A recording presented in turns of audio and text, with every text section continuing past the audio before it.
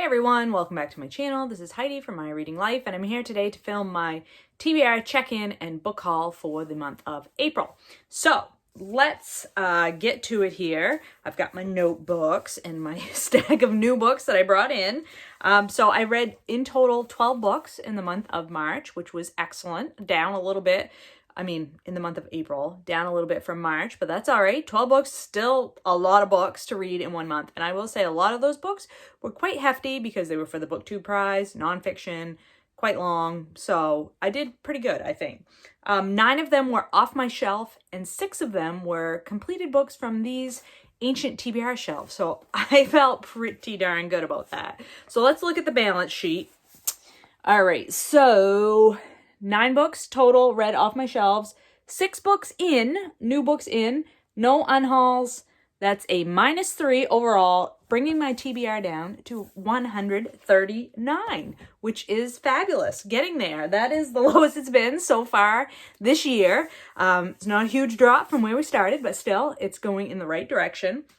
And so I wanted to just mention the 6 books that I read off these ancient TBR shelves were 3 books that I had started in the month of March and didn't finish. So The Women's Room, which was for Women's History Month, Behind the Shattering Glass, which was the book by Tasha Alexander for March Mystery Madness, and The Vanishing Act of Esme Lennox by Maggie O'Farrell, which I had started for the Irish Readathon and didn't finish. So those 3 books I had started in March, didn't finish, but they were off the ancient TBR shelves.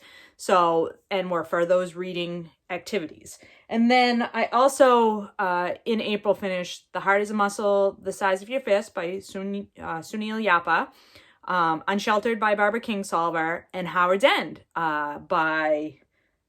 is by E.M. Forrester. Oh my God, that was bad. So I read that right at the end of the month. I haven't even talked about it yet on the channel. It was a piece of classic literature that had been sitting up here for a long time, that I had bought brand new, so I definitely wanted to get to it, and I liked it. I liked it quite a lot, actually. It started off, I was like, I don't know if I'm gonna like this, and then by the end of it, I really did like it. So that was the 6 books that I read off the ancient TBR, and I think that's all I need to say about what I read. So let's talk about what I brought in that's going onto the TBR shelves, some of which I don't think I've completed any of these, but I am currently reading and will be reading in the month of May some of these books. So the one that I'm currently reading is this behemoth. This is Fevers, Feuds, and Diamonds, Ebola and the Ravages of History by Paul Farmer. Chunker. I'm reading this for the Booktube Prize, nonfiction round. And I also got this book for the Booktube Prize. This is The Next Great Migration, The Beauty and Terror of Life on the Move by Sonia Shah. I really like Sonia Shah. I read her book Pandemic at least twice and really enjoyed it. I guess if you can say enjoy about a book about pandemics. And so I'm really excited about this one, and I plan to pick this up first 2 weeks of the month of May for Springathon. But it is a Booktube Prize book, so I won't be discussing it here on the channel until after the results are given at the end of the month for the Booktube Prize. And then last but not least for this round of the Booktube Prize, I have Hidden Valley Road, Inside the Mind of an American Family by Robert Kolker. So those 3 books I purchased specifically for Booktube Prize. Those will be read by the end of the month. I then received 3 books in the mail as gifts. Very excited about all of them. The first one here is Ship Fever, which is a collection of short stories by Andrea Barrett. And these short stories are historical fiction short stories, and they have a very nature writing bent. They're all about naturalists in the 1800s, I believe. Yeah, set against the backdrop of the 19th century. So I am also planning to read this book for the Springathon first 2 weeks of the month of May. So, and this book was gifted to me by Judy Brown. So thank you, Judy. I'm super excited about this one. Everybody's been commenting.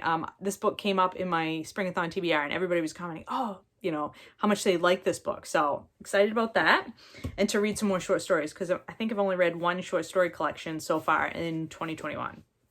And then I got from Britta the next 2 books in the Peter Posthumous mystery series that Britta is a co-author of, and I read the first one of these in March and loved it, and she very kindly sent me the next 2 books in the series, which are Deadly Secrets and Lives Lost, and I might have those mixed up. I'm not sure which one comes first, but I will hopefully be picking up at least one of these in the month of May.